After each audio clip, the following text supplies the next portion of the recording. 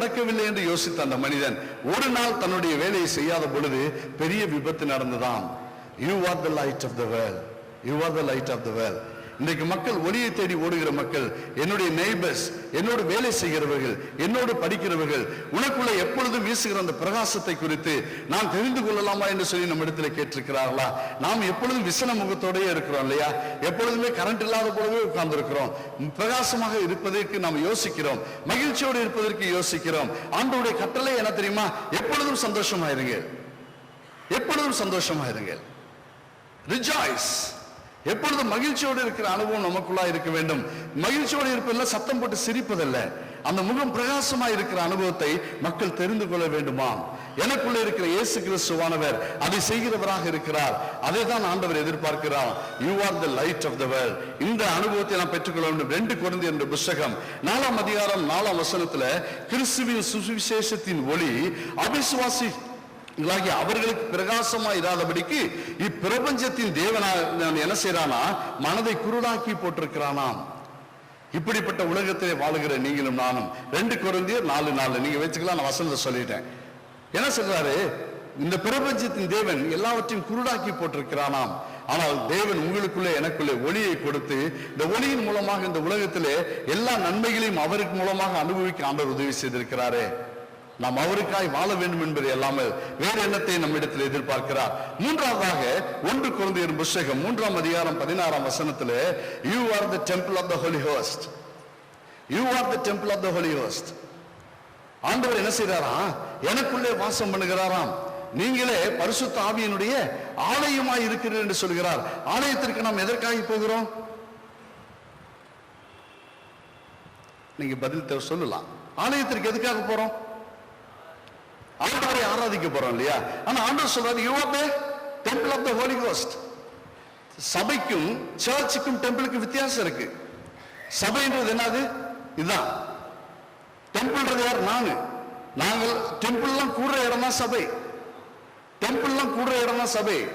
அவர் சொல்றாரு என் நாமத்தின் நிமித்தம் என்ன செய்யறாரு? ஒருமித்து ஒருமனப்பட்டு எங்கெல்லாம் கூடுறீங்களோ அங்க என்ன செய்யறாரா? நாங்க வீட்டுல கூடினாலும் அங்க இருப்பாரு. அவர் பில்டிங்ல வாசம் பண்ணுகிற தேவன் அல்ல. இதெல்லாம் எதுக்கு தெரியுமா நமக்கு? இதெல்லாம் இருக்கும்போது வெயிலா இருந்துச்சுன்னா நிழல தேடி ஓடிடுவோம், மழை பெஞ்சுன்னா சபையை விட்டு ஓடி போயிடுவோம். அதுக்காக இந்த அமைப்பெல்லாம் ஃபேன் எல்லாமே நமக்கு. ஆனால் எனக்குள்ளே அவர் வாசம் பண்ண விரும்புகிறாராம். எனக்குள்ளே இன்னைக்கு மக்கள் மற்றவர்கள் ஆலயத்திற்கு போவது கடவுளை பார்ப்பதற்கு. ஆனால் தேவன் நம்மை தேடி வந்த கடவுள். அவர் நம்மை தேடி வந்த கடவுள். நாம் அவரை தேடி போகவில்லை, அவர் நம்மை தேடி வந்தார். அவர் நமக்குள்ளே வாசம் பண்ண விரும்புகிறாராம். கோயில என்ன செய்வாங்க? எல்லாரும் கோயிலை பார்த்தா என்ன செய்வாங்க? நிறைய பேர் பார்த்தோம். கோயிலை பார்த்ததும் இங்க போறவங்க கூட கோயிலுக்கு பார்த்ததும் என்ன செய்வாங்க? கொஞ்சம் ஒரு நிமிஷம் ஜெபம் பண்ணுவாங்க இல்லையா? அப்ப என்ன கோயிலுக்குள்ள யார் இருக்காரு? ஆண்டவர் இருக்கான்ற நம்பிக்கை. அப்ப என்னுடைய வாழ்க்கை எப்படி இருக்கிறது? ஆண்டவர் சொல்ற பரிசுத்த ஆவி உங்களிடத்தில் வரும் பொழுது, அப்போஸ்தலர் 1:8 பரிசுத்த ஆவி உங்களிடத்தில் வரும்போது நீங்கள் பலனடைந்து யூதேயாவிலும் எருசலேமிலும் சமாரியாவிலும் பூமியின் கடைசி பிறந்து என்ன செய்வீங்க? எனக்கு சாட்சிகளா இருப்பீங்க. அப்ப பரிசுத்த ஆவி எனக்குள்ள இருந்தாருன்னா முதல் காரணம் என்னது? நான் அவருக்கு சாட்சிகளா இருப்போம். வீட்டிலே சாட்சி உண்டா? வெளியில எல்லாம் நல்லா தான் இருக்கு. வீட்டுக்குள்ள, நான் வேலை செய்கிற இடத்துல, படிக்கிற இடத்துல, பிரயாணம் பண்ணுகிற இடத்துல, ஒரு பஸ் சீட்டுக்காக நம்ம எப்படி சண்டை போடுறோம்ல? பரிசுத்த ஆவியானவரை ஒதுக்கி வச்சிடறோம் இல்லையா? எபேசியர் வாசிக்கும் பொழுது மீட்கப்படும் நாளுக்கென்று முத்திரையாக பெற்ற பரிசுத்த ஆவியானவரை துக்கப்படுத்தாதிருங்கள். ஏன்? அவர் எனக்குள்ள இருக்கிறார். என்னுடைய செயல்கள் மூலமாக அவர் மகிழ்ச்சி நூறாக இருக்கிறார். அதே நேரத்தில் அவரை என்னால் வேதனைப்படுத்தவும் முடியும். ஒருவன் என் ஆலயத்தை கெடுத்தால் நான் அவனை கெடுப்பேன் என்று சொல்கிறார். தேவன் எனக்குள்ளே வாசம் பண்ண விரும்புகிறாராம். அவருக்கு இடம் கொடுத்திருக்கிறோமா? அவர் என்னிலே கிரியை செய்ய இடம் கொடுத்திருக்கிறோமா? நீங்களே அந்த ஆலயம் என்று சொல்கிறார். நீங்களே அந்த ஆலயம். மனிதனை உருவாக்கி அவனுக்குள்ளாக அவருடைய சுவாசத்தை ஊதி அவன் ஜீவாத்மாவாக அவனை வெளியே அனுப்பும் தேவன் உங்களையும் என்னையும் எதிர்பார்க்கிற உங்களிடத்தின் இடத்துல நீங்களும் நானும் அவருக்கு உகந்த ஆலயமாக இருக்க வேண்டுமாம். பரிசுத்த ஆவியானவர் எப்பொழுதும் என்னிலே செயலாற்றுகிறவராக இருப்பதற்கு நான் அவருக்கு விட்டுக் கொடுக்க வேண்டும் என்று சொல்கிறார். இதை குறித்து சொல்லும் பொழுது அப்போஸ்தலனாகிய பவுல் பேதுரு பார்த்தீங்கன்னா பிரசங்கம் பண்றார். அதுக்கு முன்னாடி இயேசு கிறிஸ்து மறுதலித்தவர். அவர் சொல்லும்போது அப்போஸ்தலர் 13ஆம் அதிகாரத்தை சொல்லும்போது, பரிசுத்தமும் நீதியும் உள்ளவரை மறுதலித்து அவரை கொலை செய்து ஜீவாதிபதியை கொலை செய்தீர்கள், அவர் உயிரோடு எழுந்தார் என்பதற்கு நானே சாட்சி என்று சொல்கிறார். அப்ப இயேசு கிறிஸ்து உயிரோடு இருக்கிறார் என்பதற்கு நாம் தான் சாட்சிகள். நம்மை பார்க்கிறவர்கள் உயிரோடு இருக்கிற இயேசு கிறிஸ்துவை பார்க்கட்டும். ஏதோ ஈஸ்டர்ல மாத்திரம் அவர் உயிரோடு இல்லைங்க. உலகத்தின் முடிவு புரிந்த நம்மோடு இருந்து நம்மை செயலாற்றுகிற தேவன், நம்முடைய பேச்சை கேட்கிற தேவன், நாம் விடுகிற பெருமூச்சையும் அறிந்திருக்கிற ஆண்டவர். அது சொல்றாரு, you are the temple of the Holy Ghost. இந்த பரிசுத்த ஆவியானவர் உங்களுக்குள்ளே வாசம் பண்ணுகிறார் என்று அறியாது இருக்கிறீர்களான்னு கேட்கிறார். அப்போஸ்தலனாகிய யோவான் சொல்லும்போது 1 யோவான் 1ஆம் அதிகாரம் 1ஆம் வசனத்தை சொல்லும்போது பாத்தீங்கன்னா சொல்றாரு, நான் பார்த்து கண்டு உணர்ந்து தொட்டு உணர்ந்ததுமா இருக்கிற இந்த இயேசு கிறிஸ்துவை பிரசங்கிக்கிறோம். ஒருவேளை சாட்சியானது கோர்ட் ஞாபகத்துக்கு வரலாம். கோர்ட்ல சொல்லுகிற சாட்சியானது முக்கியமானது. இன்னைக்கு நீங்கள் நானும் பேசுகிற இயேசு கிறிஸ்துவை எப்படி நாம் பிரதிபலிக்கிறோம்? We are the temple of the Holy Ghost. We are the salt of the world. We are the light of the world. Salt of the earth, light of the world. We are the temple of the Holy Ghost. நான்காவதாக என்ன சொல்கிறார் தெரியுமா? நீங்களே எனக்கு சாட்சிகளா இருக்கிறீர்கள் என்று சொன்ன ஆண்டவர் நம்மை முழுவதுமாக அவருக்கு பிரியமுள்ளவர்களாக வாழ வேண்டும் என்று விரும்புகிறார். 4 காரியத்தை நாம் படித்தோம் இல்லையா? நீங்களும் நானும் சாட்சிகளா இருக்கிறோம். நீங்கள் நானும் அவருடைய ஆலயமா இருக்கிறோம். நீங்களும் நானும் அவர் எனக்குள்ளே சாரமேற்று இருக்கிற உப்பாக நாம் வாழ்ந்து கொண்டிருக்கிறோம். நீங்களும் நானும் உலகத்தில் வெளிச்சத்தை தேடுகிற மக்களுக்கு ஒளியா இருக்கிறோம். இந்த நாளிலே ஆண்டவர் எல்லாவற்றையும் நமக்கு கொடுத்திருக்கிறார். மனுஷனே என்று சொல்லி வேறு எண்ணத்தை உங்களிடத்தில் எதிர்பார்க்க என்று சொல்லுகிறார். முழு மனதோடும் முழு பலத்தோடும் முழு ஆத்மாவோடும் அன்பு கூறுவதே இல்லாமல், இதெல்லாம் அன்பினுடைய வெளிப்பாடு. ஒருவர் என்னை நேசிப்பார் என்றால் உயிரை கொடுக்கிற அனுபவம் இந்த பேப்பர்ல நம்ம நிறைய வாசிக்கிறோம். தான் நேசித்தவளுக்காக உண்மையான நேசம் எது என்று தெரியாதபடிக்கு உயிரை கொடுக்கிற உலகத்திலே நீங்கள் நானும் இருக்கிறோம். ஆனால் ஆண்டவர் நம்ம உயிரெல்லாம் கேட்கவே இல்லை. அது என்ன சொல்றாருன்னா, இருக்கிற இடத்துல எனக்காய் வாழ வேண்டும் என்று விரும்புகிறார். கடந்த வருடத்தில் இந்த வருடத்தில் வரைக்கும் யோசிச்சு பார்க்கும்போது அவருடைய கிருபையை நெய்யாய் பொழிந்திருக்கிறார். எவ்வளவு காரியங்களை நமக்குள்ளாய் கொடுத்திருக்கிறார். ஹார்வெஸ்ட் ஃபெஸ்டிவல்னால என்னன்னா அறுவடை திருவிழா. அன்றைக்கெல்லாம் பார்த்தீங்கன்னா வீட்டில் எல்லாத்தையும் அந்த வருஷத்துக்காக ஆயத்தப்படுத்தி தோட்டத்தில் இருக்கிறது எல்லாம் வருவாங்க. இன்னைக்கு என்னாச்சுன்னா குப்தா ஸ்வீட்ஸும் மற்றெல்லாம் வருது. ஏன்னா நமக்கு டைம் இல்லை இல்லையா? எல்லாத்தையும் கொண்டு வந்து நம்ம ரெடிமேடா இன்னைக்கு வைக்க ஆரம்பித்து விட்டோம். அன்றைக்கு எல்லாத்தையும் செய்வாங்க. நான் விதைத்த விதையினுடைய அறுவடை. அதே போல ஆண்டவர் யோசிப்பார்ல, என்னுடைய வித்து உங்களுக்குள்ளே விதைக்கப்பட்டிருக்கிறதே, நீங்கள் எனக்கு என்னத்தை திரும்ப கொடுக்க போகிறீர்கள்? நான் இல்லாதபடிக்கு எல்லாவற்றையும் நீங்கள் செலிப்ரேட் பண்ண விரும்பல என்று ஆண்டவர் கேட்கிறார். மனுஷனே, இதை இல்லாமல் வேறு எண்ணத்தை உன்னிடத்தில் எதிர்பார்க்க என்கிறார். ஆண்டவருக்கு பிரியமுள்ளவர்களாக, ஆண்டவருக்கு முழுவதுமாக அர்ப்பணித்தவர்களாக இந்த நாளிலே ஒருவருக்கு ஒருவர் அன்புடன் நேசமுடன் பாசமுடன் இயேசு கிறிஸ்து எப்படி என்னை நேசித்திருக்கிறாரோ அதே அளவில் குறையாதபடிக்கு இந்த பண்டிகையை நாம் செலிப்ரேட் பண்ணுவோம். கர்த்தர் தாமே பெரிய காரியங்களை நம்முடைய வாழ்க்கையில, நம்முடைய திருச்சபையில, நம்முடைய சமுதாயத்தில நம்மை கொண்டு செய்வார். கண்களை மூடி ஜெபிக்கலாம்.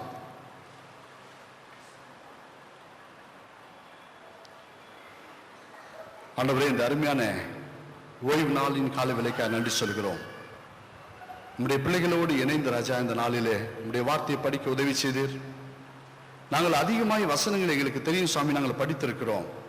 ஆனாலும் மறுபடியும் பரிசுத்த ஆவியை எங்களுக்கு ஞாபகப்படுத்தினதற்காக நன்றி சொல்கிறோம். தொடர்ந்து உமக்கென்று வாழுகிற அனுபவத்தையும் உம்மை பிரியப்படுத்துகிற அனுபவத்தையும், நீர் எங்களிடத்தில் எதை எதிர்பார்க்கிறீரோ அதை உமக்கு திரும்ப செல்கிற அனுபவத்தையும் பெற்றுக்கொள்ள எங்களுக்கு உதவி செய்யும். பூமிக்கு உப்பாக, உலகத்திற்கு வெளிச்சமாக, உமக்கு சாட்சியாக, உம்முடைய ஆலயமாய் நீர் எதிர்பார்க்கிற அதே அனுபவத்தை நாங்கள் திரும்ப செலுத்த எங்களை அர்ப்பணிக்கிறோம்.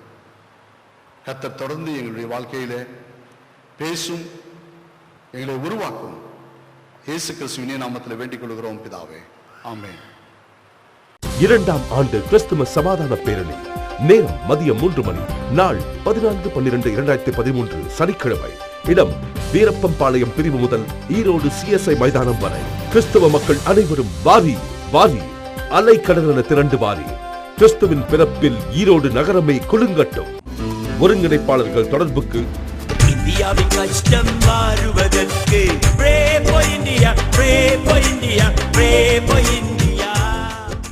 எத்தனை விதத்தில் நம்முடைய வாழ்க்கையில ஆண்டவர் நன்மைகளை கொடுத்து பாதுகாத்து கொடுத்து போக்கிலும் வரத்திலும் படிப்பிலும் நம்முடைய குடும்ப வாழ்விலும் நம்முடைய வாழ்வினுடைய ஒவ்வொரு நிலையிலும் தனிப்பட்ட வாழ்க்கையில ஆண்டவர் பல உயர்வுகளை கொடுத்திருக்கிறார். நன்றி செலுத்துவது நம்முடைய கடமை. ஆகவே இந்த நன்றி செலுத்துகின்ற இந்த பண்டிகையில் எல்லா நிகழ்ச்சிகளையும் நீங்கள் உற்சாகமாக பங்கு பெற்று தொடர்ந்து நடைபெறுகிறதான விற்பனை விழாவிலும் மற்றும் தொடர்ந்து நடைபெறுகிறதான ஏலத்திலும் நீங்கள் பங்கு பெற்று ஆண்டவருடைய ஆசீர்வாதத்தை பெற்று செல்லும்படி உங்களை அன்போடு கூட கேட்டுக்கொள்கிறேன். இந்த நாளிலே சிறப்பு செய்தியை கொண்டு வந்த அருமையான திரு ஜான் சிலகுமார் அண்ணன் அவர்களுக்கு என்னுடைய நன்றியின் வாழ்த்துதலை தெரிவித்துக் கொள்கிறேன். நல்ல ஒரு வாழ்க்கையினுடைய ஒவ்வொரு கட்டத்திலும் நானும் அவரெல்லாம் ஒன்றாக பணியாற்றினவர்கள். அந்த காலத்தில் அவர் எங்களுக்கு ஒரு அண்ணன், அந்த அளவிற்கு ஒரு சிறந்த ஒரு வாழ்வினுடைய காலங்கள் எல்லாவற்றையும் கற்றுக் கொடுத்து வழி நடத்தி சென்றவர். ஆகவே இந்த நாளில் அவர் இருப்பது மிக சந்தோஷம். ஆண்டவருடைய செய்தி பகிர்ந்து கொண்ட அவருக்கும் அவருடைய ஸ்தாபனத்துக்கும் நன்றிகளையும் வாழ்த்துதலையும் நான் தெரிவித்துக் கொள்கிறேன். தொடர்ந்து அவருடைய குடும்பத்தையும் ஊழியத்தையும் ஆசீர்வதித்து வழி நடத்துவாரார். ஏலத்தை துவக்கி வைப்பதற்கு 3 பேர். ஒருவர் மிஸ்டர் ஏசுதாஸ், பொதுக்கடையை திறந்து வைக்கின்ற திரு சியாம் கே சுதாகர், பெண்களுக்கு சங்கத்தினுடைய கடை திறந்திருக்கிற திருமதி சுசிலா சந்திரன். அந்த அன்போடு கூட நான் வாழ்த்துகிறேன். கடவுள் தாமே உங்களை ஆசீர்வதித்து வழி நடத்துவானான். கேட்டபோது மனமுவந்து அவர்கள் தங்களுடைய காணிக்கை ஆண்டவருக்கென்று அர்ப்பணிக்கவும் இதற்காக முன்வரவும் கடவுள் கிருபை செய்திருக்கிறார். ஆகவே அவர்களுக்கும் என் நன்றியும் வாழ்த்துதலையும் தெரிவித்துக் கொள்கின்றேன். காணிக்கை பாடலாக முதலாவது பாடல் 303, இரண்டாவது பாடல் 306 கீர்த்தனை, மூன்றாவது பாடலாக 237 பாடல் ஆகிய இந்த 3 பாடல்களை பாடுகின்ற போது கத்தற்கென்று நாம் காணிக்கை படி முதல் பாடல் நாம் பாடுகின்ற போது தயவுசெய்து கவர் காணிக்கை நீங்கள் கொண்டு வந்திருந்தால் நீங்கள் உள்ளே வந்து இங்கே படைக்கும்படி உங்களை அன்போடு கூட கேட்டுக்கொள்ள. உள்ளே நீங்கள் வந்து முன்பதாக ஆற்றலும் முன்பதாக வந்து படைக்கும்படி உங்களை அன்போடு கூட முதல் பாடலாக 303 பாடல் எந்நாளுமே துதிப்பா என்ற அனாத்மா, இரண்டாவது பாடல் 306 இம்மட்டும் ஜீவன் தந்த கத்தாவே என்ற பாடலை நாம் பாடும். அப்பொழுது முதல் கவர் காணிக்கையை நீங்கள் முன்பதாக வந்து படைக்கும்படி அன்போடு கேட்டுக்கொள்ளும்.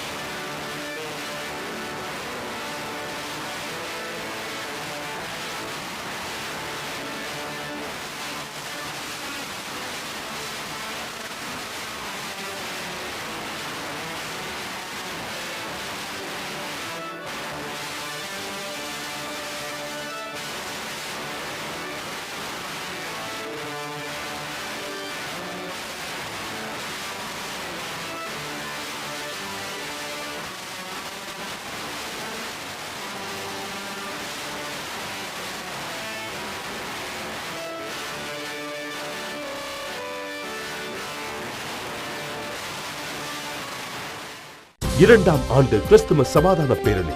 நேரம் மதியம் 3 மணி. நாள் 14/12/2013 சனிக்கிழமை. இடம் வீரப்பம்பாளையம் பிரிவு முதல் ஈரோடு CSI மைதானம் வரை. கிறிஸ்தவ மக்கள் அனைவரும் வாரி வாரி அலைக்கடலென திரண்டு வாரி. கிறிஸ்துவின் பிறப்பில் ஈரோடு நகரமே குலுங்கட்டும்.